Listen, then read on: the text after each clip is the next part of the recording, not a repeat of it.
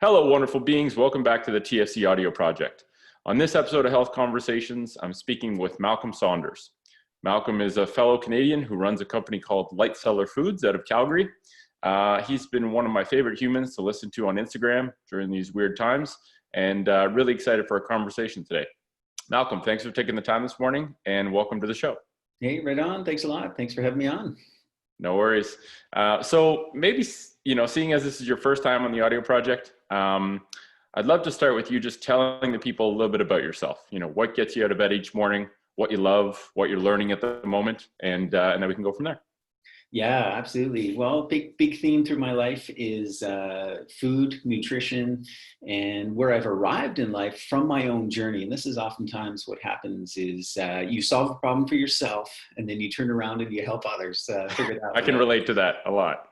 Yeah, for sure. So, I got kind of thrown into the world of food nutrition consciously when I was 16, and it came from a decision I've been thinking about for a while. That finally one day I was like, all right, I'm gonna do it. It's a Tuesday afternoon, unlike any other. I'd come home, mom was making dinner. She's Scottish, so it was some version of meat and potatoes. I could smell the chocolate chip cookies cooling on the counter. You're making me hungry. Yeah, and I says, Mom, I'm gonna become a vegetarian. Oh, you're still gonna eat this supper, aren't you? Nice. Yeah, she was very supportive. It turned into a bit of a coming of age speech. She was going through a divorce at the time, and she says, Malcolm, I support you, but I can't help you. So Right. you're if this is your choice, you're on your own. And literally up until that point, food to me, whatever was quick, easy, and tasted good. Mm-hmm. My favorite meal of the day were breakfast cereals. I love Fruit Loops, Lucky Charms. Eventually I got into the healthier stuff like rice, Corn Bran and Weetabix. Right. So I thought at the time. The extent of my culinary abilities were I knew how to make microwave pizza and Pop-Tarts. Nice. And Deep repertoire. Right? And so I started off on, okay, now I'm responsible for feeding myself. So I went from meat, potatoes, and junk food to just potatoes and junk food. And it didn't go so well. And my inspiration to be a vegetarian at the time, and spoiler alert, I'm not one now, but we'll get into it. We'll get into all that. Sounds good. Was born out of this this kind of inspiration to do something, most particularly to the environment. David Suzuki was a big hero at the time. And and there's so much more information now. Gosh, like we're just inundated with, Right. what's happening to the world and how, especially a vegetarian diet is the way to go. And you can watch the documentaries, read books, etc. And back at that time, I was like, all right, I'm in. If this is what I can do to kind of, show up and help the world, like I was so committed. And very quickly, very early on, had a lot of blood sugar issues, and realized like, okay, my diet is not sustaining me, and if I want to, be able to sustain myself and live with these kind of ideals, I got to figure it out. So that's actually what started my food journey, and like I mentioned, it took me it was almost 10, 12 years that I went down that path, different rabbit holes, from vegetarian to vegan to raw vegan, just trying out all these different diets to try and feel good based upon my ideals. And I learned a ton along the way, learned how to prepare food myself from scratch. Oftentimes when we shift our diets, we go back to whole foods, making things ourselves. And it was a huge education for me in learning how to feed myself. And where I'm at today, I follow my gut more than nutrition trends. I give myself no labels. There's no diet that I follow. If I were going to take on any label, it would be more of a flexitarian, an opportunivore in that regard. Nice. Yeah, for sure. And it's such a better way to be. And I learned a lot along the way. And so in that journey, started to kind of turn around and share what I was learning. And I really, my mission, one of my big missions is to help people find and learn how to craft their own food and medicine. So that's what I've been doing for the last 15 years professionally, almost 20 now. Wow. own a little superfood shop here in Calgary. So it is a retail store, which I never envisioned opening and owning, but that's kind of how that journey evolved from, teaching classes, like how to ferment, how to make your own sauerkraut, how to upgrade the chocolate that you consume to, contain medicinal mushrooms and superfoods, natural sweeteners, to how to craft elixirs. And it was more this idea of teaching, and I would just run, classes out of my basement, or my father-in-law, he has got a giant house kitchen at the time. And so I was using that, and people were like, oh, well, where do I get the ingredients? And as well, I order in bulk, and I've got some here available. And oh, sure. They take some home. And then 2 weeks later, they're like, Malcolm, I'm out. Like, where do I get more? And this was kind of pre, internet and robust web stores by any stretch of the word. So I was like, okay, well, I've got more in the basement, just come on by. And so eventually we formalized that. Come on by. I love that. We eventually formalized it into, once a week I would open up the basement, and I I'd teach a class, maybe I have some shop that I made that I would sell, but, here are the ingredients. And my wife at the time was doing colonics, so we joked we were kind of a feed 'em and a clean 'em business. That's great. It's so funny how life sort of engineers a pathway for you that you never would have foreseen. But a lot of stories that I've heard of people who are working in a space that I can really relate with and that resonates with me, they all start from personal experience. They all start from a personal challenge or struggle or decision, and sort of materialize in a way that your journey creates the foundation to be able to then share with others and sort of help others filter through all the chaff, right? And because, it used to be that information was hard to come by, but now it's like information inundates you so much that people almost get fatigued because there's so much stuff to go through to discover truth. And it's one of those things where having someone that can be your guide, that is coming from a place of personal experience instead of, research or degree or whatever it is, I think that's very powerful today. And I think it just allows you to relate to people. And food, as we've sort of ventured at TFC beyond feet and hips into all pillars of health, food is one of those pillars that is so filled with unnecessary complexity in terms of nutrition science. And the average, as someone who has a health professional degree, I'm confused, and I understand the body probably better than the average person. So how can the average eater navigate these crazy waters? With every diet, there's like a million diets, a million ways of eating, and you're getting told all these things. And I think it's sometimes hard for people to watch a documentary and be able to hold a bit of space before they adopt that perspective, right? And that documentary probably has, or that video might have an underlying motive or perspective, and you don't have to jump in full force to that perspective. It's just a piece of data. And I think it's sometimes hard for people to dissociate that. So that's awesome that it started in your basement. You just had people over, and then now it's sort of evolved into something obviously much bigger.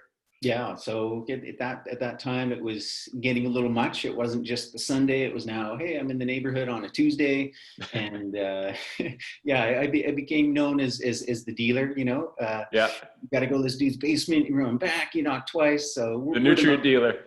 Yeah. Word of mouth was beginning to pick up, but people would hit a barrier. So we decided to move it out the house, get a retail space, and so that's been more than 11 years that we've been kind of a staple in the community. And just trying to simplify it, right? So I love what you said, and that's definitely relatable to me. And so now my mission is to help simplify it. Like, yes, I have nutrition training and degrees, but I don't say that I'm not a nutritionist, because that implies that in order for you to figure it out, you need some sort of degree, because, I went to school. And, Michael Pollan was a big influence of mine, New York Times food writer. He's written a number of books that have been turned into documentaries. And I remember him, kind of relating this point that we've just over intellectualized nutrition. People go into the grocery store looking for antioxidants. They look for, and it's like, what is that? How do you relate to that?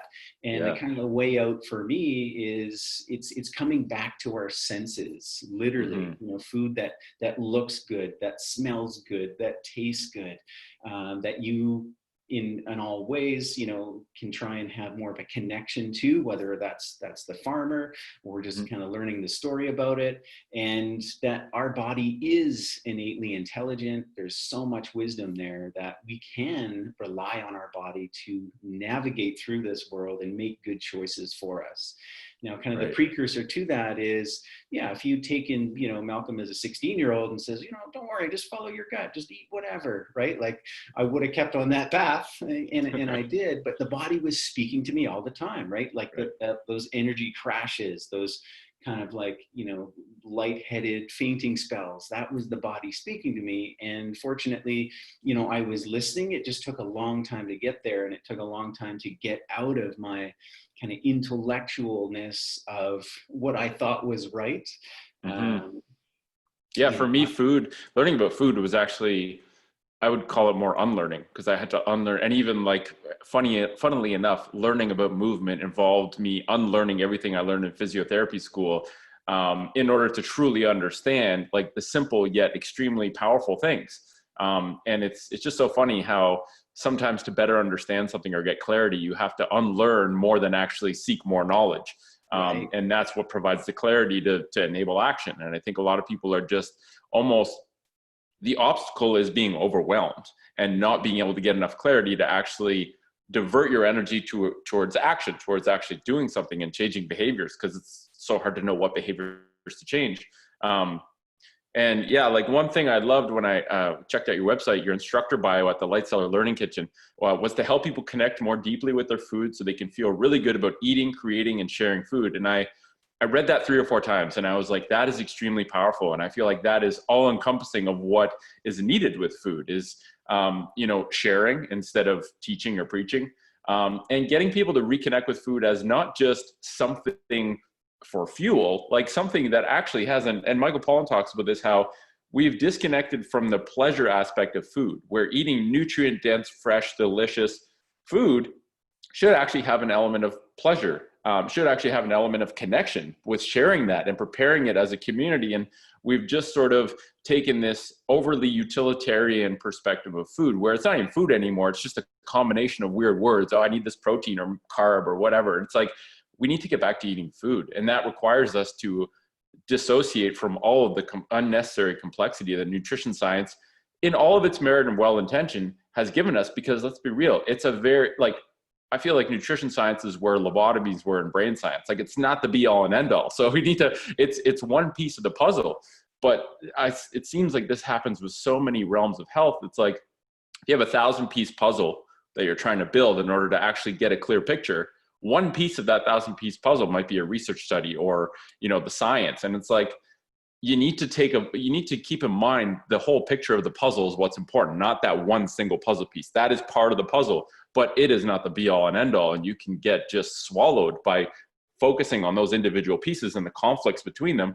Whereas it's like, as an eater, as a human, you have to know very little, and the heuristics you need to know are so simple that like a 12-year-old can go into a grocery store and be like, I kind of know what to buy. Like, if it doesn't have a label, it's probably good for me, right? It's like, so many things have just become so complicated. So for sure. And so I've developed, so I've got 2 insights to share.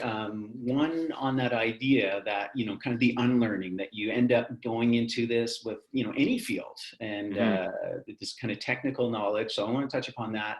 And then I want to touch upon this kind of tool that I've developed that will allow anyone to look at any food and know whether it's right for them, you know, I like that. Kind of in a deep way. So let's start with the first one. And I learned this going through music school. So, you know, as an adolescent, like really what caught my heart, spoke to my soul, and was all I ever wanted to do was play music. And so, you know, I had a father, like many, who says, you know, Malcolm, what are you going to do after high school? You know, and this expectation of, you know, you're going to go to university, you're going to get good grades, you're going to get a good job, to get well paid. Follow the script. Yeah, right. So I was like, okay, if I'm going to post-secondary, like music is my world, it's my path. So I went and did a jazz music degree, and I was the type of musician that up until that point was more from ear just kind of learning just by jamming, just by hanging out with friends and listening to music and just kind of exploring it more intuitively. And we've all had friends probably that are more on that side of the spectrum. And there's the other side of the spectrum where it's, like my wife, she was raised, learning piano, and it was in a kind of a classical music context. And she can create beautiful music when she puts the sheet in front of her and, plays out the piece, and it can often be quite complex, and, there's so much theory and everything going on, and yeah, that's great. It's wonderful. It's a different expression. And so going into music school, I went from this kind of like heart ear-based approach to this kind of more intellectual approach, right? Really understanding the theory of music and how, especially jazz music, the complexity of it, understanding the heads and, the framework for it. And what was interesting is a lot of us, young folks who had this love, this passion for music, got lost in the technicalities, just like we've been talking about. We got lost in the kind of the nutrition details. And it literally, it took an outside facilitator. He wrote a book called Effortless Mastery, a man named Kenny Werner, and he taught us how to play just one note. Just one note, just play that note, and basically take us from our head back into our heart to be able to feel the music, to be able to hear the music again. And I don't know, sometimes humans, it takes going to those extremes to then find that balance, that middle. Right. And jazz music is representative of, to me, of, the best kind of musician, where they bring together both those worlds. They bring together, the technical understanding of the theory, and they can literally play some of the most technical music, and some of it gets so intellectual and so out there that the average person can't even hear it. Like free jazz, it just sounds like noise, but to them it's just like, wow, it's like the pinnacle of like, intellectualism of how we're going to do this and arrange these time signatures and blah, blah, blah, blah. But yet, jazz can also have the most spontaneous, magical, amazing improvisations, right? So when you start the song, you play the head, which is, okay, here's the framework, here's the chord changes, here's the melody, da da da da da da da. And again, it's quite complex to be able to learn that, to be able to play that. But as soon as that kind of introduction, the head, is finished, like boom, it's into solos. And now it's the most kind of wild, spontaneous, intuitive, just free expression. And it's having taken understanding that kind of intellectual framework, kind of learn the rules to go beyond the rules, in that sense. So what I learned going through music school of kind of harmonizing, whether you want to call it the right brain, the left brain, or the head and the heart, getting to that space. And I think, nutrition can be the same, and probably what you've experienced in your field is the same, is you go through that kind of intellectual understanding, but at the end of the day, it's really about, being present, being in the moment, and that intuitive wisdom to come through. And, oftentimes our culture, society, we've been favoring that kind of reason, logic, ration, science, like, great, which is wonderful. I mean, there's so much that we are indebted to because of that type of learning, but our ego gets in the way. It's like, oh, we're the only, species that thinks like this. And, we're farly superior. But yet we've kind of lost a huge amount of this intuitive way of being in the world, more an older wisdom with knowledge through the heart. One of my favorite herbalists, Stephen Herod Buhner, he's revealed so much to me, and it was kind of in his words, he has expressed this. He was looking at herbal traditions from all around the world and just marveling at, like, well, how did they know this, right? Another author, Wade Davis, he in his book One River: Journeys and Explorations in the Amazon Rainforest, about two ethnobotanists, generations, comes across like ayahuasca in that, and he says, by modern standard, scientific methods, there's no way you would ever come to the same conclusion that these people did, this complex chemistry mixed in a certain way. I mean, you think about all the plants just in the Amazon rainforest. I know, it's so crazy. It blows my mind. That you could choose, that you combine just in the right way, to produce this effect. It's like through our scientific method, you would never get there. You would never get there. Just isolating one variable at a time to then go, oh yeah, that's what that does. So Buhner, knowing that and having his own experience of like, wow, how do all these cultures around the world know that sage dispels bad spirits, right? In their terms. And they come to that conclusion almost independently which is Yeah. like they don't have the internet to see like, oh, what's the other tribe doing? Oh, they're saying sage is good. Like it's always very interesting to see how this ancestral wisdom through, decades and thousands of years of basically trial and error, and passed down through story of these cultural traditions has resulted in the most advanced discoveries of healing and health and foods and medicinal foods way beyond, like you said, whatever science can deliver. And I Yeah. agree. It's not, it often gets into a conversation where it's science or wisdom, science or tradition. And it's never in this or that. It's like, these are both two ends of a continuum. And if you're only at one end and refuse to even entertain the perspective of what exists on the other side, you're never going to find the balance that gives you the most clear understanding and the most effective use of these principles. And I think it's like the work, we always talk about the work-play continuum. Like we've gotten into this mindset of work when it comes to movement. Literally, we call what we do in a gym a workout. The word work is in what our main practice is. And we sort of lost touch with play, which is at the other end of the continuum. It's like hyper-structured, radically unstructured, like something you feel you need to do to change your body, something you love to do to explore your body. And it's a matter of rebalancing the continuum. It's never one or the other, but we need to recontextualize and get a bigger picture. And I think that a lot of people have literally lost the ability to communicate with what their bodies are telling them, right? You said how your body was telling you these things, but if you're not listening to the body, or if you're literally so disconnected from even being able to feel intuitively these things, then try and be open-minded to trying different things to see how that changes the way your body communicates to you, then you're often losing a lot of the most important signals that only you can feel, right? Your doctor cannot help you reinterpret these signals. They are literally trained to not interpret any signals. They are the people who are the knowers, and you have to go to them for help. And and actually, like the way I crossed paths with you, I was doing these sort of mushroom experiments in the office where I was growing lion's mane and shiitake and oyster mushrooms just to I just literally was like, can I grow mushrooms and make omelets with them? I think it would be a cool experiment.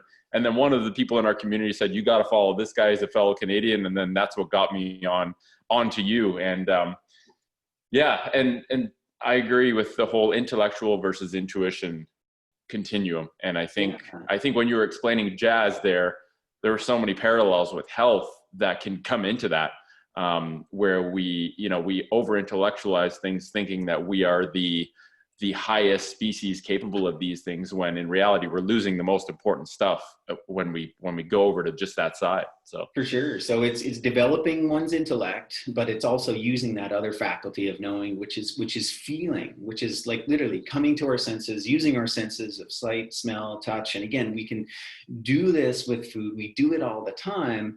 And then that corresponding feeling, that's using the heart as an organ of perception. So Stephen Buhner, when he was asking these questions and he's speaking to, indigenous people, and that word indigenous just means to be of a place. It doesn't, necessarily mean, okay, someone primitive or living in, the jungle. Right. Some of the work by Weston A. Price looking at traditional cultures and their diet, was like the Scottish, it was the Scandinavian, it was people in Africa, it was all around the world. And so he said, how did they come to this complex level of knowledge? And in fact, it wasn't through trial and error. Like that is a part of our journey. That is part of our process. And I think that exists more in the kind of the scientific realm. That's the method, right?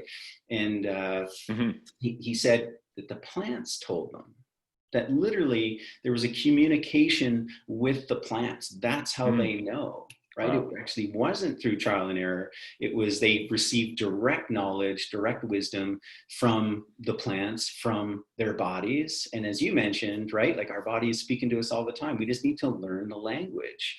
And it's through this kind of more intuitive sense of being that we can learn that language, that we can communicate with our bodies, we can communicate with plants. And from there, we can then take that into the scientific realm, right? The whole process starts with an inference, right? It's like, like I wonder, right? And then you begin to kind of test it out one variable at a time. But foundationally, we need to start there. And I think that's one of the biggest things as a culture, as a society, is we need to kind of look at, honor, and recognize. And really happy our conversation has gone in that direction. And so here's a little tool. I primarily use it for food, for nutrition, but you could use it for anything. So I say, with this, I describe it as a lens. So it's a food scope, which is an acronym through which you can look at any food, any diet, and know if it's right for you in that kind of most broadest holistic view. So food scope S, we're going to start with science, right? And we've definitely been talking about that. It's amazing. It's wonderful. Although, as you mentioned, we need to recognize, especially nutrition science is limited. So it's only just one lens, and we can get a lot from it. It can tell us, what's in a food, right? Like what are the macronutrients, the micronutrients, the finer like phytochemicals of broccoli, da, da, da, da, da. And science is continuing to, reveal that as we kind of like dig deeper and explore more and more. So what's in a food and what is its effect, on our body, right? Short-term, long-term, science is great for revealing that and paying, bring attention to that. I think there almost needs to be an asterisk beside the word science now. And in a couple contexts, I find it's like science does not just equal a research study. Like my perspective is that science is a mindset of continuing to try and explore, to question, to evaluate. It is a mindset and a process. It is not one research study is not the science. It's part of the science that's continuing to evolve. And I also think that we've almost seen this sort of shift where people are losing faith in science because of, like it'll be a topic that we get on at the end of this, where it's really easy to find research to prove whatever you want. And if people take that as the only source of knowledge needed in order to say this is the truth, it's going to be radically out of context. So it's like, how good is the science? Are we talking about science, the process, or are we talking about a single research paper where people read the abstract and the results and think that is the be all and end all? So I think that we need to take a way broader view of even the term science, because I found it's sort of lost faith with people that I speak with, when in reality, it's not science that we should be losing faith in. It's taking a deeper look at what kind of science and what are we even talking about when we say science? Because people conflate a research paper with that is science. It's like, that is part of science, but that is not the science. For sure. Yeah. And we can all be scientists, like, Right. with ourselves and with our own bodies, and we can use that scientific method. And I love what you said. It's not relegated to the realm of doctors and lab coats and studies and journal of medicine, right? Which likes to have this kind of exclusivity of it. So yeah, absolutely. Science, it's great, it's wonderful, and we've definitely talked about some of those pitfalls that people can get caught in when you just use that lens one alone. So we need all the other lenses. So the next one, the C in scope, is culture. And especially with food, I mean, there was a point in kind of my nutrition journey, I'd gotten so confused. I'd been traveling in India, I'd come back, had parasites, like we got really sick there, and I just wasn't feeling good. I was still struggling with the vegetarian diet and trying to align it, with kind of environmental and spiritual goals. And kind of an elder of mine who's a herbalist went and saw him, and he says, Malcolm, if you ever get confused about what to eat, just go back to what your ancestors ate. And there's a lot of wisdom in that. And Michael Pollan, who we talked about earlier, he says culture has more to teach us than does government, industry, right? Like there's wisdom there. And especially when it comes to food, it's wisdom that has kept people well, that has allowed humans to successively reproduce, generation after generation, and to the point that we are now. And there's a lot of wisdom there. Now we can't look at it and say, oh, it's the be all end all, right? I'm just going to go back and eat how my ancestors ate. Well, we live in a different time. There's a different context. I see a lot of people that are into the paleo, and we imagine what our ancestors ate, or the Weston A. Price, where they'll eat like sausage, bacon, eggs, like this huge, like high fat, high protein, because that's what my ancestors ate. And then they get in their car, they drive to the office, and they sit for the entire day, right? So you're kind of cherry picking which ancestral parts you want to adopt, without realizing that like adopting the right amount of everything is actually where health comes from. And I think in the Blue Zone solution, they talk about these different diets that are adopted by different cultures with people that have amazing health, right? They have a great lifespan, a great health span, and their diets vary radically, which I think is a testament to the fact that humans are amazingly adaptive But the one similarity that all their diets have and all their lifestyles have, for example, is that it's natural. It is a way of living that we have lived for a long period of time. Some people are all carbs, right? If you live in Costa Rica, maybe you eat like literally all carbs, corn, beans. Whereas if you live in Italy, it might be very different. But they all have good health. So it's not actually about what you eat. It's, you have to go to the deeper principles of like, where is it coming from? Is it stuff we're actually supposed to be eating? Is it real food? And so we get so, like you said, so caught up in the paleo or the vegan or all this stuff. It's like, maybe you should just be your own food scientist, like you said. For sure. So culture, one of the great insights I've had around culture is in fact that there are 4 food groups. So every single culture around the world consumes foods from these 4 food groups. And of course, they are not the ones we learned in school, Right. not the Canada Food Guide. So if we want to just dive into that cultural lens just a little bit more, and this is not an idea original to me, maybe the first person I heard share this was Daniel Vitalis, but it's if you look at cultures around the world, there is a 4 food groups. And in fact, there's a 5th we can get into as well. So you can think of these as like the kingdoms of life. So we got plants, animals, bacteria, and fungi. So those literally are the 4 food groups. And maybe we'll just kind of just take 10 seconds here. Can you think of anything that you consume that's outside of those 4 food groups? That's not a plant, that's not an animal, a bacteria, or a fungi. And as those are listening at home, just to kind of give context, plants, pretty obvious, animal foods, pretty obvious, we'll go into that. Bacteria, so that's our fermented foods, you know, the microbiome, the realm of probiotics. And then fungi, which you mentioned as well, which is super exciting, is the kind of this underworld of the bacteria and the fungi. It's the future, this is the future, right? With the research around the microbiome, our understanding of I agree.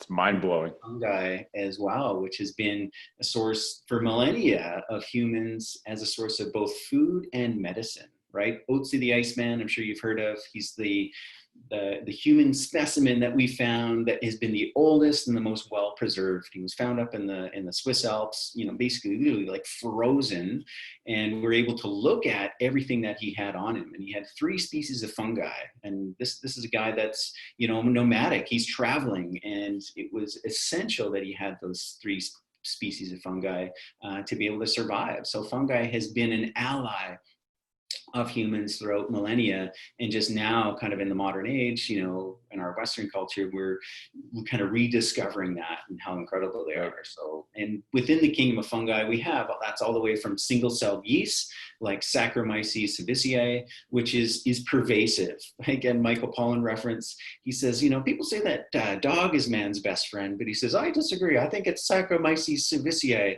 This is that, you know, rises our bread and ferments our beer, right? It's ubiquitous. And just as much as we've been, you know, corn and bean farmers and, you know, raising chickens and sheep, we've also had this long history relationship with different bacteria and fungi. And we've domesticated many of those species, and they've come into our own kind of human fold. And, you know, when we speak about culture, like literally different cultural diets, a lot of it is based upon that foundation of bacteria and microorganisms. So those absolutely key and critical as food groups. And what I love about this is that this kind of idea, it doesn't tell you what to eat, how much to eat, when to eat.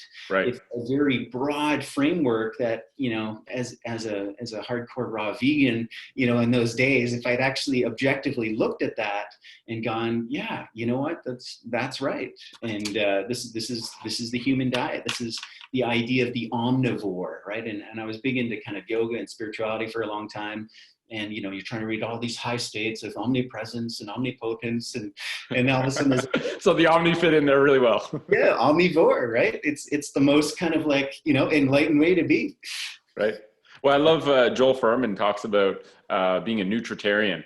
And right. I just think that that's a beauty. It plays no favor to any type of food. Just eat nutrient dense foods. And that's something that I've started to, you know, I don't like identifying with labels, but I think that to me makes a whole lot of sense, because it's the most non-specific, and in the word has the most important, one of the most important elements of the physical aspect of food, which is like, just eat nutrients, like take in nutrients that your body needs. And, you know, I'm really curious, what's the 5th category? It's not food like products, is it? Oh yeah, for sure. And so the 5th are the 4 elements. So we look at earth, air, fire, water. Those are literally nutrients that we need. And obviously water is pretty obvious.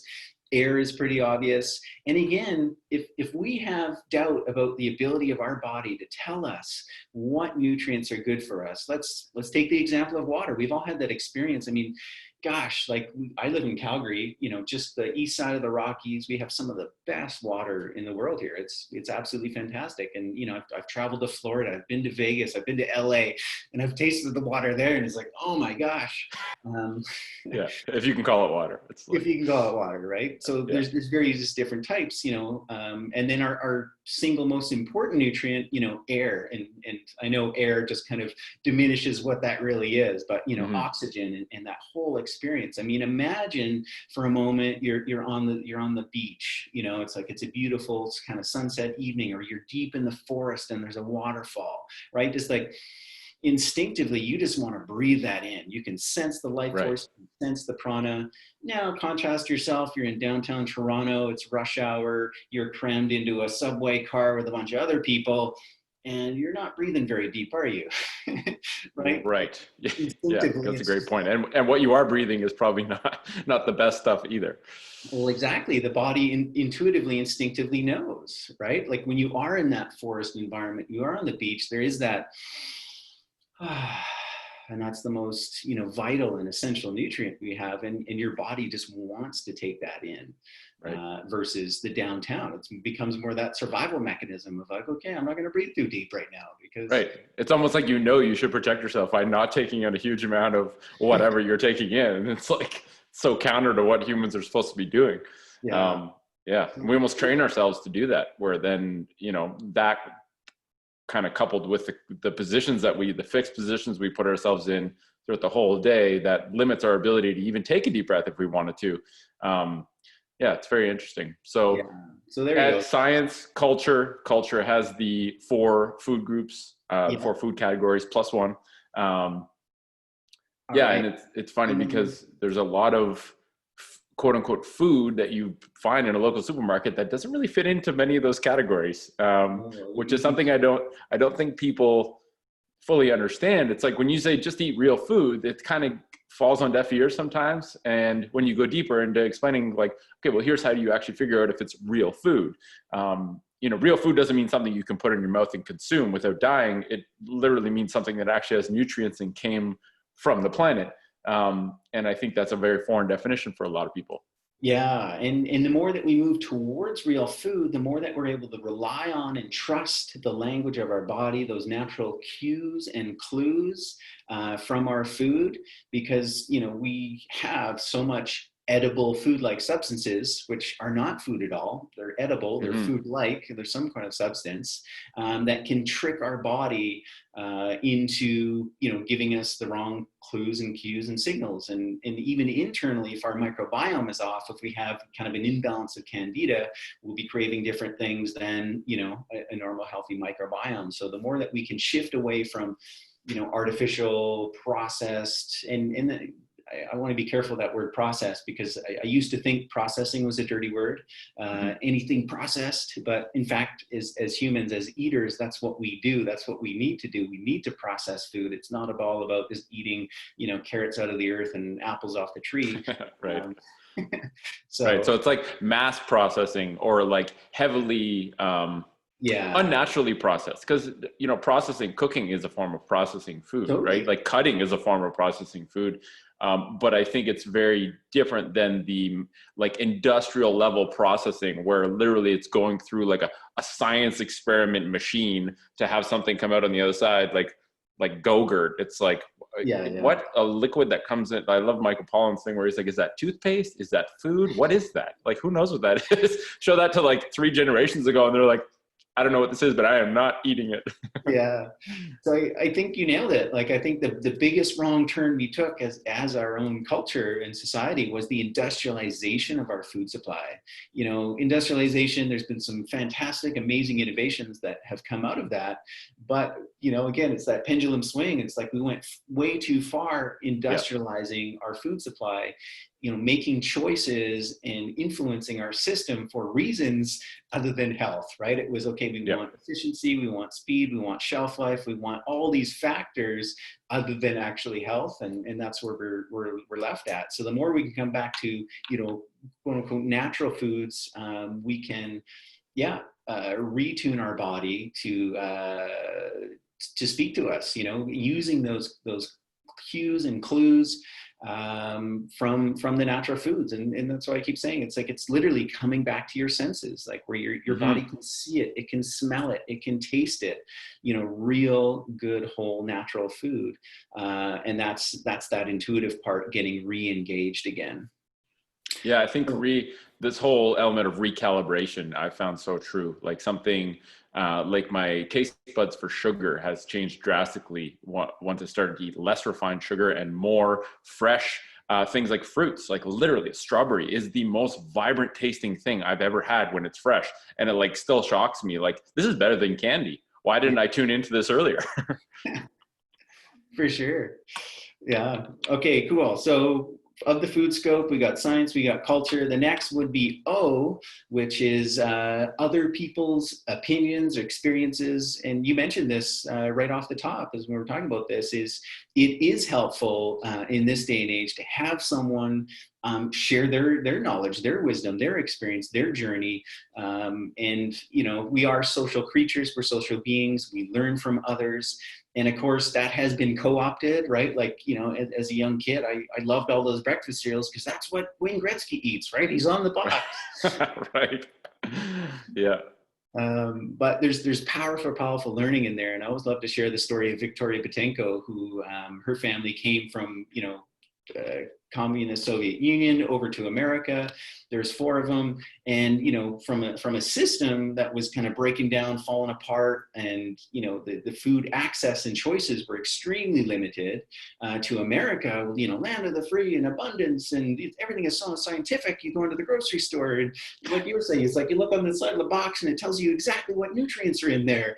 And right. It's great. And so they just dove right in. It's like, wow, let's look at all this abundance. And within a couple of years, they all got chronically ill. Like, the mother was obese, the father developed arthritis, one of the kids had diabetes, and, they all went to the doctor and told this is your lot in life. This is what you get, right? And here's your medication, right, and carry on. And she had enough sense within her to say, like, that can't be. And so she kind of went out, like literally onto the street. She would be in a bank, line up in the bank, and she would look at people and she's like, you look healthy. Like, what are you doing? And she'd start. What's your secret? Yeah, exactly. Like, what's your secret? And she started to kind of piece things together.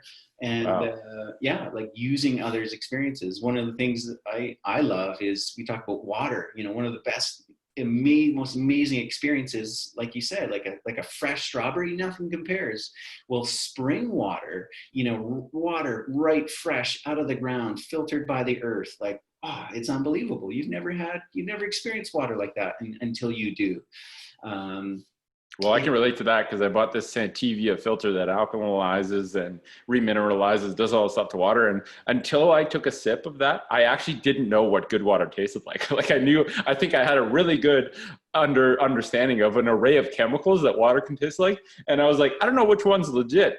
And then I had some of that and I'm like, wow, this tastes very different, but it kind of tastes very refreshing. And then, like you said, you drink water straight from the outdoors, from a spring that was naturally filtered with earth and with nature. And it's like, okay, that's the baseline. That's what I need to compare all other waters to. And it's like, wow, that's very different from water I drink from a water bottle. And totally. Like it's, yeah.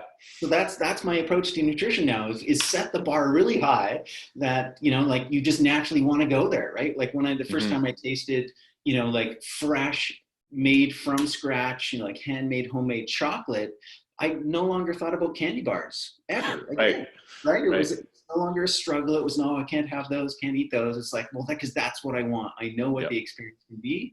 The same with water. And it becomes now this quest to kind of upgrade your diet to move to that level and adding in things at that level. And it comes from others' experiences, just like you're saying, is like, hey, have you ever tried, water filtered through Santivia? It's incredible.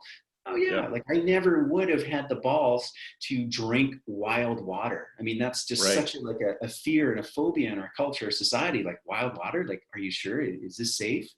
But it took a friend of mine going like, yeah, this is incredible. Like I just started doing this. Like it's amazing. I've met people that've been doing this for 30 years. Like, and then that builds that confidence and you try it out for yourself, which brings us to that last in the acronym of SCOPE: science, culture, others, experiences. Now personal experience, the P, the Mm. E. And what is your experience? Because sure, science can say whatever it wants. Maybe culture like reveres it. Everyone else is raving about it and you experience it and you're like, yeah, not vibing with it, not my food, not my medicine, right? It's got to come Right. back to that personal experience. Now, here's kind of the caveat: we can't again eat or make decisions from one alone. Right. Personal experience, you say, I don't care what science says, culture, sure, they may not have eaten it, I'm going to try this mushroom out of the forest. Right. Right? Right. That's a good example. We'd be wise to heed, if there is any scientific literature and, that it's got deadly chemicals in it, or culture. Oh, actually, we only consume that food in this way, and here's what others are saying, right? Like we can fast track our experience. We can get to that place of wisdom a lot sooner, a lot quicker by incorporating all those lenses and bringing it together. And so, in a practical way, I use that for my own life, but also for the business. Like I'm sure you can imagine, like I get approached probably weekly with the latest, newest, greatest, like, oh, you should carry this. I've got this new product. You should try out this new superfood. And I always run it through those lenses, right? So what's the science saying? Culturally, here's a really good example. So for quite a while, I got really into flax because, in the raw food movement, you're making flax crackers and it's all so great. And, everyone's loving it. Science, it's like, it's high in omega-3s, it's soluble fiber, it's this, it's that. And that was fine. We're doing what we're doing with it. And then a little while later, chia came along. And, for all intents and purposes, it kind of lined up. It's like, it's high in omega-3, it's good soluble fiber. You can make these crackers with it. And the piece that flipped it for me was the cultural piece, was because if you look at the history of both chia and flax, chia actually is a staple. The Aztecs, they revered it as like an energy food. They would run on it as a source of like long, stable nutrition. Whereas flax, the history of it is actually more of an industrial use, like linseed oil, and it wasn't really consumed as a food. So you got the two, which one are you going to go with? If they all kind of line up more or less, I'm going to go with that cultural piece where they have, used it, revered it, and it's got that long-term, use and reverence. And I love that. That yeah. acronym is so potent because it's almost like a mental checklist that you can go through and not fix it on any single one of those checklist boxes, but make sure that you've hit them all to give you I guess, a well-rounded perspective to make a good decision. And I think, once you get in the habit of doing that, it's almost like you develop this pathway in your brain to go through that and put it through the filter, right? I think that's a really good, simple, pragmatic filter for people to kind of think of. And I really think that personal experience is something people undervalue. They almost value the things that others say more. They doubt themselves before doubting others or science. And I think it should be almost like the opposite. Like, sure, if you're trying a radically different diet, your personal experience might not be super accurate because your body's probably adjusting in a very radical way. But I also think that when you start to be able to speak the language of the body, personal experience becomes, for me, king. It's like, that is my last step of the filter. And if I'm honest with myself and I can actually kind of listen to what my body's saying, personal experience is sort of the final box I need to check in order for me to ingrain that as something I do. And I just find that a lot of people doubt that element of it. And I really love that that's in there. Cool. Yeah. And maybe, this is a great transition to where we find ourselves today. I love how you framed it. Like, unfortunately, people do automatically, they first discredit themselves, and there's a lot of deep roots to that. Like there's the personal experience of that we haven't cultivated that intuitive knowing, that intuitive wisdom, that we can trust that when it comes to especially sitting down for dinner, we say things like, hey, what do you feel like eating? Right? Like, I'm feeling like this, right? It is a feeling thing. It's an intuitive thing, versus like, well, I think I should eat, the salad, right? Like versus right. Yeah. Like Or it's like, oh, I saw this thing on the news. It said this food's good. Let's go get some of that. It's like, okay. yeah. So let's fast forward to today, or even 7 months ago, 6, 7 months ago, in end of March, when all this like starts happening, right?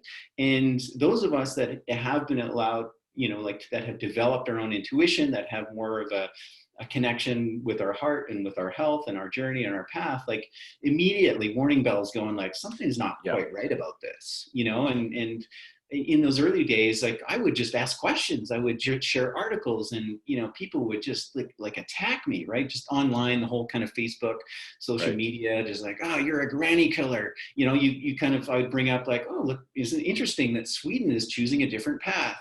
You're Hitler, you're Nazi, this kind of a thing. Yeah, it's so extreme. And I literally took a week off social media, and I allocated all the time I would be spending posting or interacting with our community to learning about social media. Like, what are the effects? What is the game theory behind this? Who are the people coming out and speaking out and saying like, these are the problems that are there, and this is why it's a hard problem to solve, because it's become so deeply ingrained. And some of the things I learned were shocking, and it made me really challenged me to be like, how did we let this get to this point? But on the flip side of that, it also gave me much more clarity at why things have gotten so crazy, right? When you understand that polarization, extremism, settling people into their perspective much deeper is actually ingrained into the game theory and incentivized on social media, it's really easy to see how essentially we've extracted our deepest kind of tendencies of human wiring in a very negative way, because that's what steals our attention. Right. And unfortunately, stealing our attention is extremely profitable, but it's also being done as sort of a race to the bottom of the brainstem, as Tristan Harris says, where it's a competition for who can limbically hijack people the best. And unfortunately, that results in the destruction of our social fabric because of profit. And it's hard to solve, because the externalities of what's happening because of that essentially get pushed to the side, and no one's taking responsibility for them. And I think what it came down to in my brain was like, we need to enable people to better take personal responsibility at how they're using these technologies. And also sort of bring back some of the ancient ways of sort of asking questions, right? Like having a dialectic, having a dialogue where you can hold the multiple perspectives until you kind of reach your own conclusion, instead of just trying to defend your position, right? Where you can have an actual conversation instead of just an argument of trying to defend your position. And it's almost this lost art where we spend so much time in the virtual world, which has become literally algorithmically designed for us, right? Like, you are not in control of what you see on social media. It is in control of what you see on social media. And we've lost sort of this desire to spend time in the natural world with other human beings, free of technology, with time in the natural world, which is actually very calm and peaceful and a beautiful refuge from the chaos of media. And I think people have just lost the balance there, especially now that people are at home, now that people are, there's this suffering or anxiety meter has been cranked so hard that finding distractions in a world that's literally designed around distraction is too easy. And it's really strange. It's really strange. And it's really hard to kind of like reconcile, like, how do we get out of this hole? And I think one way is just, if someone's getting angry at you for asking a question, it's very telling of them, right? If you ask a question and it triggers them, I think like one of my struggles is trying to mindfully bring up that me asking a question and upsetting you, like why is that? Why is that upsetting you? Like, what part of that? I want to understand where that person's coming from. And it often boils down to the fact that just it's people want to be comforted that what they think of as truth more than actually seeing the real truth. And I think that's what it boils down to. And yeah, like, that's why I loved your videos, because they're very grounded. They make a lot of sense. And they also sort of help to see both perspectives. And why don't we, like, I would love to hear how your mindset, or how you've sort of seen this thing as it's unfolded, as like a Coles Notes of like, okay, this is when it started. Because there's a lot of things that can almost, you can see something and say, that's really sinister. Or you can say like, that is really, really just ignorant. Like, right. People don't understand, or they're purposely doing it But either way, we need to fix it because it's going to lead to a slippery slope of potentially worse things to come. So how's this whole thing been for you? And, how have you changed the way maybe you're approaching the videos that you put out to try and, find a happy medium where people can actually listen instead of just shoving you to the side? Yeah, for sure. Okay, well, thanks.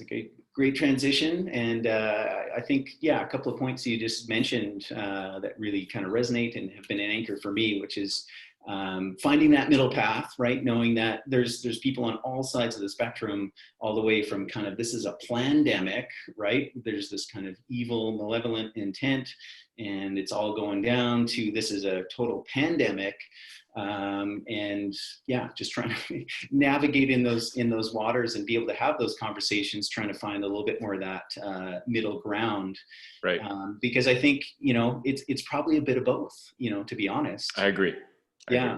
And I think fundamentally the way to move through this, and maybe the cause of why we've even ended up here, is personal responsibility, which is a great segue of what we're just talking about. We've outsourced the responsibility for our own lives, our own health, and this is just a natural consequence of the government stepping in and going, okay, someone needs to fix this. It's me. I'm daddy. I'm big brother. Right.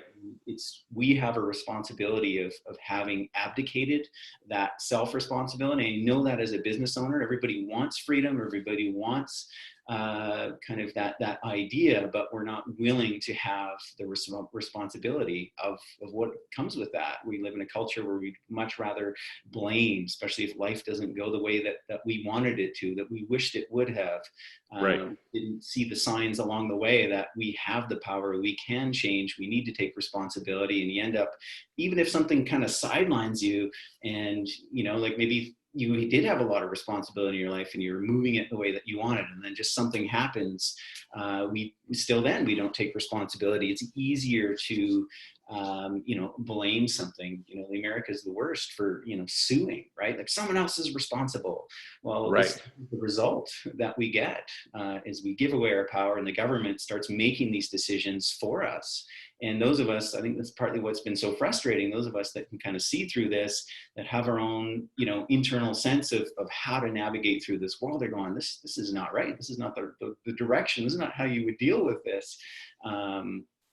And we've been taking personal responsibility, and it's this kind of tug of war now where we're not able to act and live in a way that we see as best fit. And I think ultimately it's a good thing in the sense that, again, I was talking with my friend Daniel right back when this happened, and he's been in, more the kind of the prepper mentality. He sees kind of the foils and the follies of our kind of modern civilization. And there's always been that question of like, well, how long can this go? Like right. At some point, there's got to be a shift, right? The path, the trajectory we're on is just not, sustainable. And this is it. Here it is. Like, I really do believe there's that joke. It's a meme going around that, when somebody asked me, about the fall, I thought they were talking about the collapse of civilization. They were just talking about, the autumn outside. Right. Yeah, I really think that this whole situation has actually highlighted a bunch of different things that were pre-existing, but were sort of under the radar of common consciousness, like the health crisis. Like we've had a health crisis for a long time. Oh yeah. That people haven't really been talking about.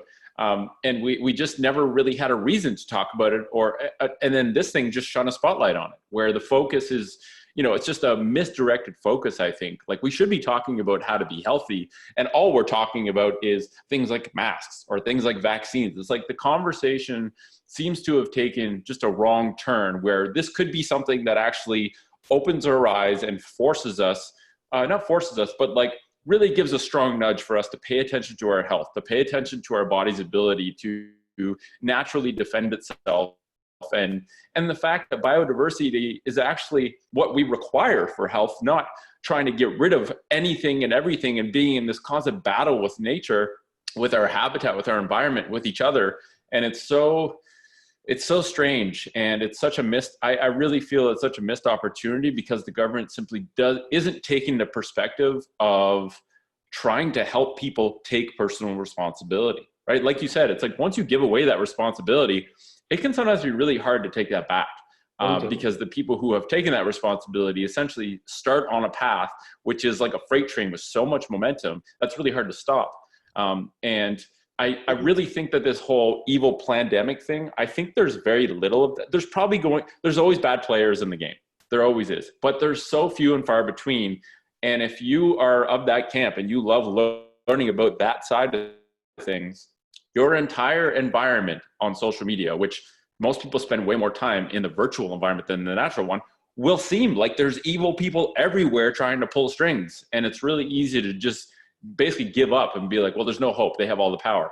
Yeah. When in reality, it's like, you still have a part to play. You affect yourself.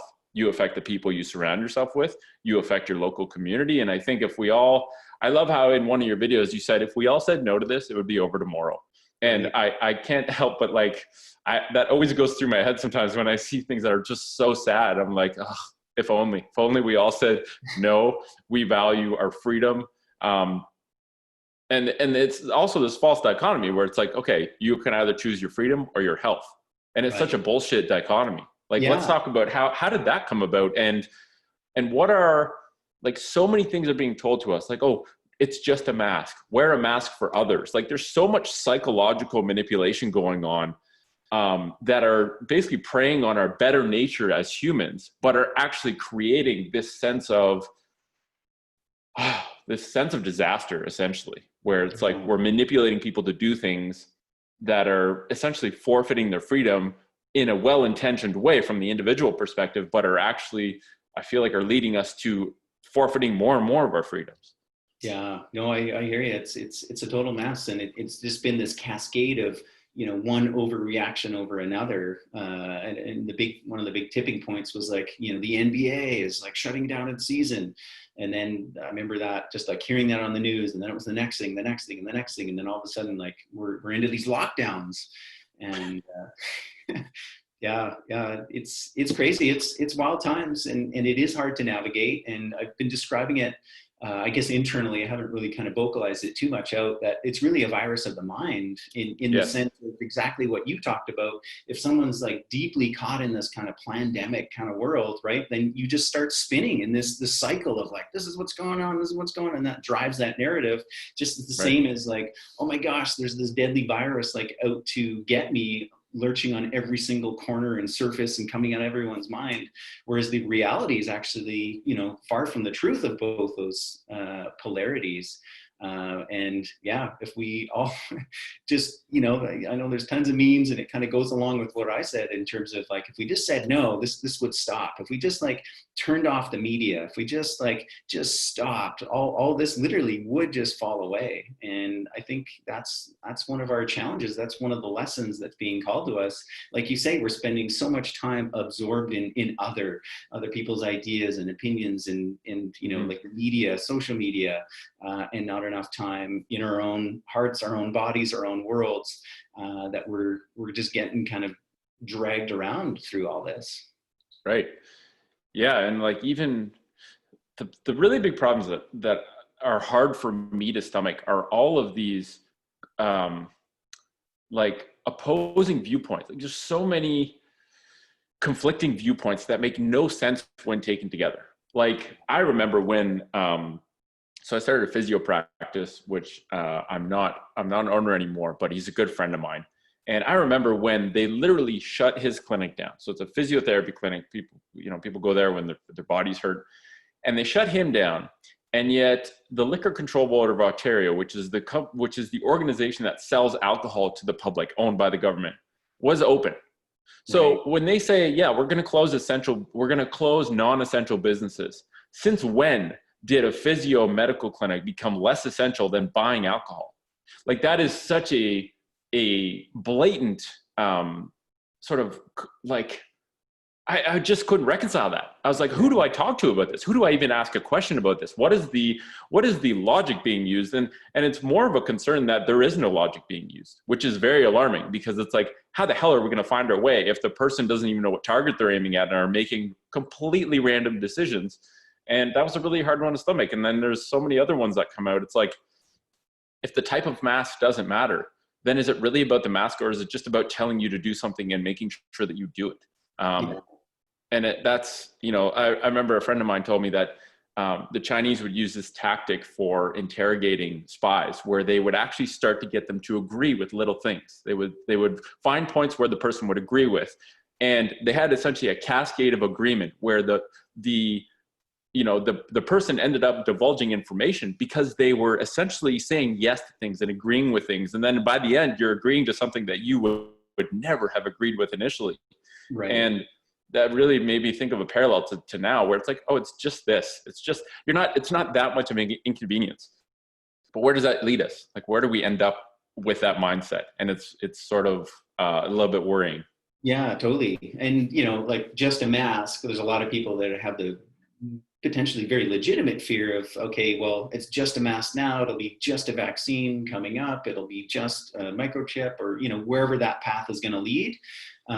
But it also, in the sense of just a mask, still continues that narrative of fear, that you need to fear other people, you need to fear germs, and we need to kind of reconcile this, germ theory versus terrain theory.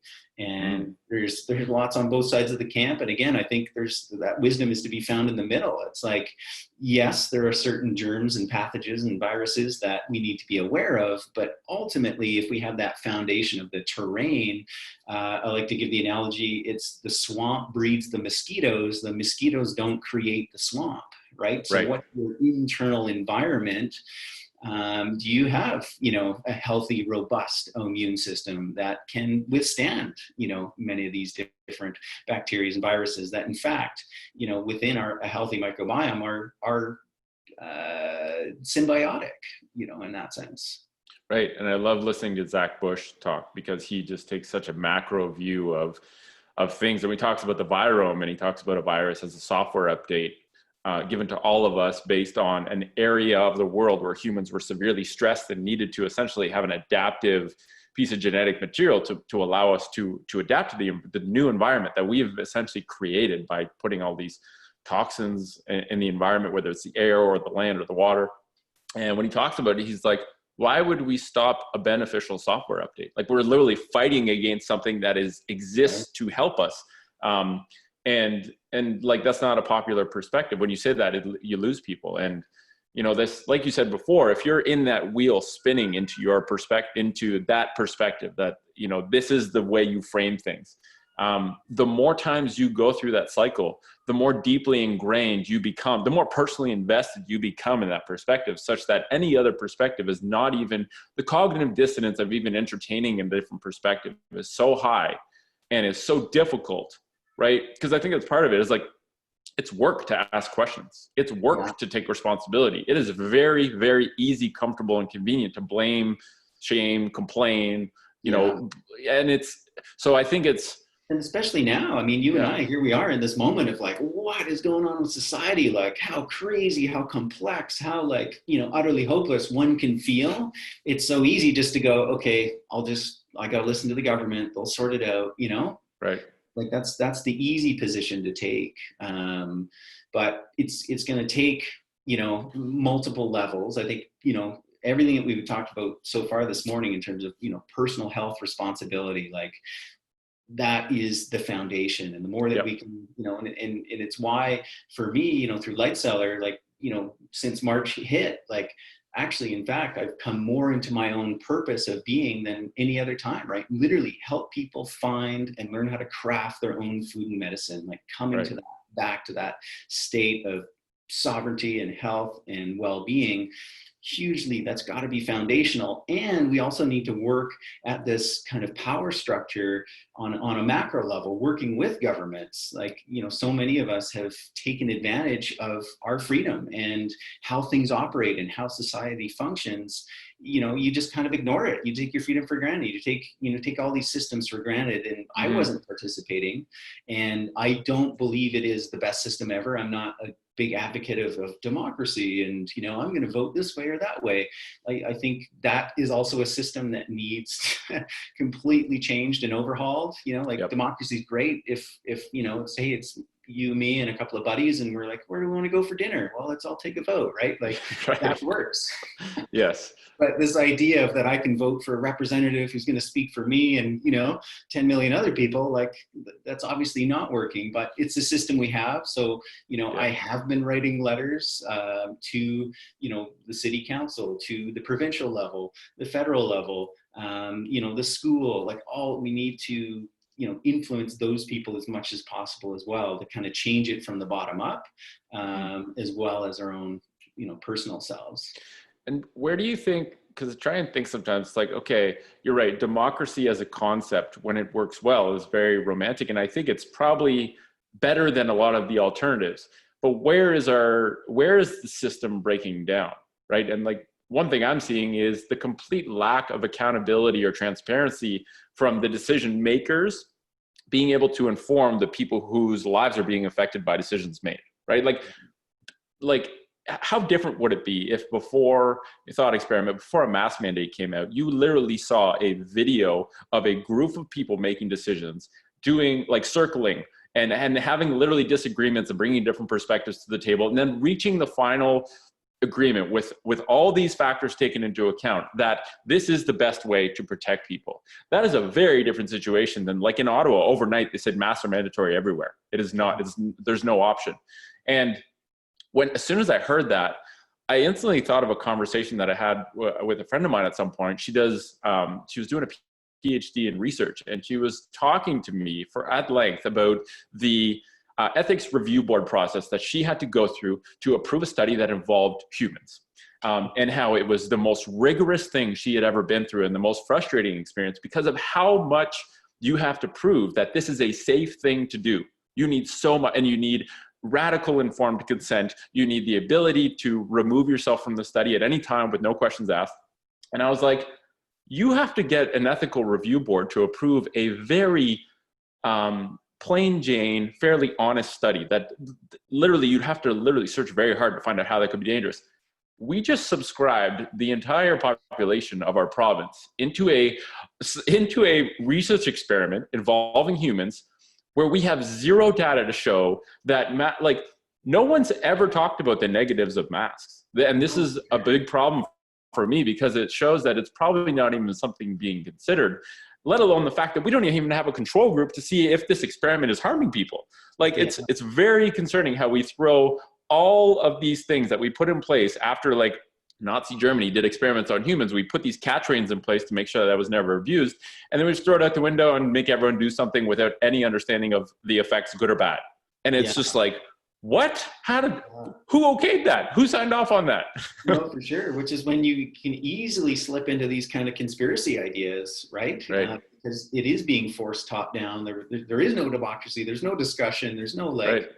Yeah, I love that example of so many other aspects of life, from, peer review boards to even public debates. In Calgary, the whole idea of fluoride has been debated for decades, and it keeps kind of coming in and out. And this one is as serious, more serious, with no debate at all, right? Just kind of handed this mandate of, here's the direction we're going, and this is what we're all going to do. And it's total insanity. And it's interesting. Data is coming out, so it is giving some of you and I and those that are listening a bit more stability, a bit more ground to stand on. But it's fear. People are just so paralyzed by fear, and the media keeps, stirring the pot in that regard, because of course it gets them attention, it gets them ratings. I mean, the media has never been so important, right? We've all been glued to CBC or whatever your favorite channel is. And, never mind that the average age of death for this COVID is actually 3 years older than the national life expectancy of Canada, right? So if you die of corona at 84, congratulations, you surpassed most people, Right. the average life expectancy of 80, 81 from other causes. But people can't see that. And you talk about the mask mandate, the CDC just released data that it's upwards of 70% of people who wear masks all the time are the ones actually getting the positive tests now. Yeah, and even foundational thing, I think a problem that I've started to have with people is that when you bring up points that are foundational to the premise that we've built everything on top of. Like the fact that a PCR test, like people think a positive test means that you could die. And even just when you bring up like, what do you know about PCR tests? Like everything that I've come across shows that it's not actually a really good test to be able to use. And like you bring that up, people are like, what are you talking about? We wouldn't be using them if they didn't actually work to prove what we're trying to prove. And I'm like, I don't even think I can go down that road because like they've already made up their mind. Yeah. And it's like there's so many layers built upon this really shaky foundation that even just questioning the foundation, not saying you know what the truth is, but just being like, are these tests accurate to prove what information we're garnering from them? Are they a source of having to be scared of this thing? If there's more cases, does that mean there's more people sick or dying? Like, they're just questions. If you take the Socratic method, but you take it to the deepest layer, people just discount and being like, what are you talking about? Obviously our government knows what's up. And then it's like, I really wish that was true. But I've my faith in that has started to be like very weak. Yeah, no, it's true. And the whole idea of asymptomatic carriers, that you can be carrying this disease and you'll spread it to people and not even know it. Like it's the most insane thing that people are going to get tested for something and like you say, like, oh, I've got this disease, but no symptoms, like, you wouldn't have any idea. And you're right, like most of it, some would say even 100%. New York Times said about 90%. Ontario Public Health Minister said 50%. So we're not talking small numbers, like huge 50% all the way up to 90, 100 of false positives. Yeah, and it comes down to this foundation of, is this even the test that we should be using? But yeah, when people get into this kind of fear mode, that type of logic doesn't come through. Yeah, and I think not knowing can be a source of anxiety. So it's better to know something that might even be false and feel a sense of security that things are being done with reason and decisions are being made based on like data and all that kind of stuff. It's easier to lock into that than to shed that and be like, and just go into the unknown and accept that we don't know very much right now, because that's an uncomfortable place to be. But it also, I think, is the only place you can be to be open-minded to asking questions, being curious. Yeah. Maybe a good place to bring this to be a little bit more optimistic is, we talk about personal responsibility, both with health and with just asking questions about our current situation. How does, someone comes up to you and says, Malcolm, I've heard you talk about personal responsibility. I have no idea what that means. How do I begin taking personal responsibility for my experience and starting to, helping to steer this thing in a positive direction? Where do I start? Yeah, for sure. Well, starts with the food we eat. Absolutely. Not only is that going to make us healthier, more resistant to any kind of disease pathogens. I mean, they've said this is the era of pandemics. We're moving to the age of biosecurity. Health is going to be the buzzword, for your safety and all these things. And the more we can kind of just disconnect from that and just create robust health for ourselves through everything we talked about, and most specifically, choosing natural foods, whole foods, moving away from that industrial scale, and there is that shift, there is that momentum away from Wall Street, to Main Street, relocalizing our food. And I'm not talking about 100-mile diet, although I think that's great kind of ideology. I'm definitely more of like an 80-20 type of person. If you can get, the majority of your calories, especially the fresh foods, your meats, your vegetables, etc., from within your local region, and then 20% is like the spice of life. It's the exotics and the erotics. It's the herbs from around the world to kind of supplement that. That's the foundation. And as we choose that, we literally shape the world in a different way. As soon as we stop plugging into this industrialized system, we're creating something new, local economies. And again, we can see that it's already happening, the farmer's market, and a lot of us that are kind of going in that direction, we're seeing that old system fall, which we knew had to, and we have a choice. So first and foremost comes with food, personal responsibility, and then having the conversations where you can. Like some people, I hate to say it, you know, like you won't be able to convince them. It'll just turn into an argument, and you just got to walk away. But those that you can see, maybe there's a little bit of light, a little bit of angle to kind of bring in, just again, like you say, start asking those questions. You know, does this make sense, right? Like, why are strip clubs open, but, you know, gyms are not? Like, you know, what do you think? God. That's so crazy, dude. Just saying that makes me laugh. I'm like, we're living in a weird, like, I don't even know if this is reality anymore. It's weird. Yeah, I think having conversations is big. Like at my family dinners, we have 2 family dinners every week. My parents are separated. So we have one dinner with my mom, one dinner with my dad. My whole family's there. And it's funny because initially we were like, no C word at the table. We didn't want to talk about it because it always resulted in just a lot of friction, a lot of tension. And then I think we've gotten to a point where like, it's actually really good to talk about because it's something that it's affecting us all.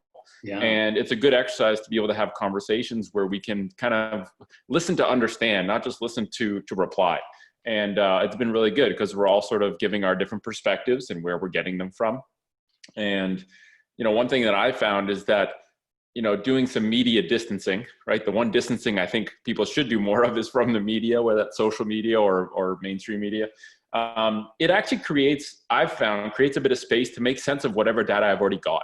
Right. So instead of constantly getting new input and trying to essentially layer on more things to sort mentally, it allows you to reconcile whatever your current thoughts are, and then allows you to trickle in new information to then reconcile that and synthesize it into your perspective. And I also think it makes you less deeply entrenched in your own perspective because the algorithms know what to throw at you to make you, you know, pay attention. And I just think that little bit of space where you're spending more time with yourself or with other humans, having good conversations, asking questions, and leaning into uncomfortable conversations that you maybe, you know, it's convenient not to have a conversation about COVID-19, but it's also really nourishing to have a healthy conversation with someone who you can have beautiful disagreements with.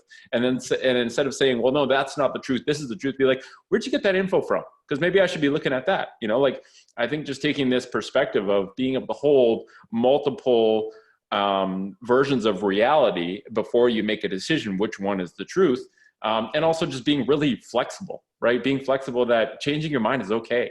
I think people feel that changing your mind, that little space, it's like the analogy I like is the hermit coming out of its shell. Like having your shell and having your interpretation of reality is super safe, right? Whether that shell is good or not.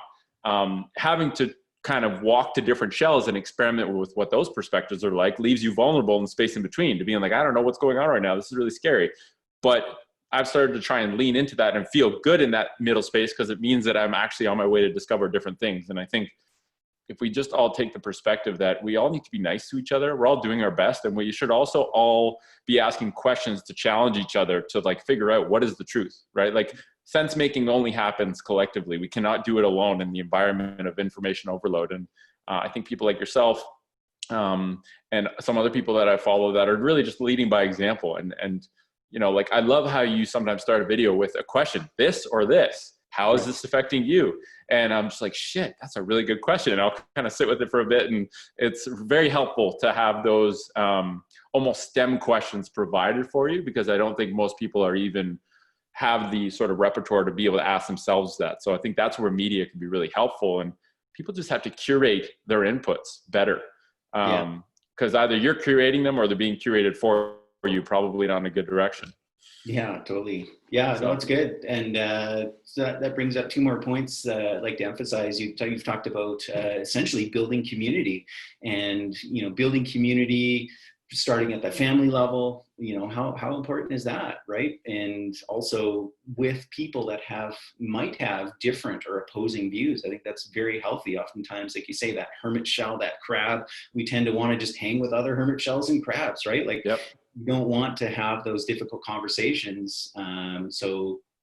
But we lose the opportunity to kind of expand our perceptions, but also influence others as well. Mm-hmm. So I think community is huge. Again, it fits with that food piece as well, of like a relocalization, and just focusing more on building and strengthening community. One of the things that I did right at the beginning of the pandemic, I'd been thinking about wanting to do this because I always envied, you know, friends of mine that had really truly built community. You know, I live on a street with like, you know, 20 other residences.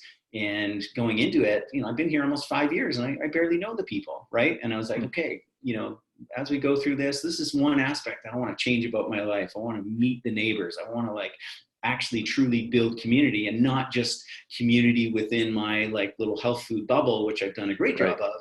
It's I want to expand that. So that's been a big key part. And I think that is a part of how we all can and should and need to move forward. And the other point that you had mentioned as well, which triggered a thought for me, which is disconnecting from media and really just being with yourself, especially in nature, just to have that time, that quiet, meditative, however you want to interpret it. And yeah, that space alone is just so valuable. I mean, let's even if we said the worst case scenario, right? Actually, the world is coming to an end. The virus, whatever it is deadly, or it's not, but society is collapsing. It's almost like a cancer diagnosis, right? It's like life as you knew it is done. It's over. Well, what would you do? You would start valuing yourself, time with yourself. You'd start valuing relationships, in building those bonds with family, with neighbors, and enriching your life. I think the kind of the way forward is very similar. And whether it's for a short time, cancer does get you, or civilization does collapse, or it actually creates a new way that you move through it. Either way, it's the best thing in the moment that's going to make you feel good and enrich your life, regardless of what the outcome is. Yeah. And I think the whole, you said relocalization regarding food, it really made me realize that, I think that's a big key of how we can move forward in a constructive way, is the relocalization of decision making, right? So that your community, what happened to the town hall that people could actually go to and play a part, literally an active part in the decisions being made in their area, instead of these sweeping provincial decisions that rule everyone. It's why don't we look at smaller local areas where people can actually come to a common place? If they're interested in voicing their opinion, they can interact, they can share opinions, they can speak to the person who's their representative. So I think it's easy to throw democracy out, it's easy to throw the baby out with the bathwater, but I think the model of a participatory democracy it can be well executed, but will require, like you said, we can't just make permutations on the current system, because it's so far away from the way that optimal democracy would work, that we need to literally just tip it upside down and say, okay, the foundation sucks. Let's just tear this building down and let's all play a part in making something we can all be sort of proud of from the foundation up. And I think the relocalization of building communities, of decision-making at the local level, I think is a big part of where we need to go to give people a sense of safety. And like you said, community is so important. I think it's hard to have a template for that word if you just kind of have heard it in passing. But I think, looking at ourselves as relational beings who make sense of the world in relation to others, not independently, means that we need to communicate with others, real communication, like in-person communication, not just over screens. And anyway, I want to, that's an hour, 90 minutes goes by really fast. So I'd love to chat again in future about fungi, because that's something that I've just gotten so enamored with and amazed with.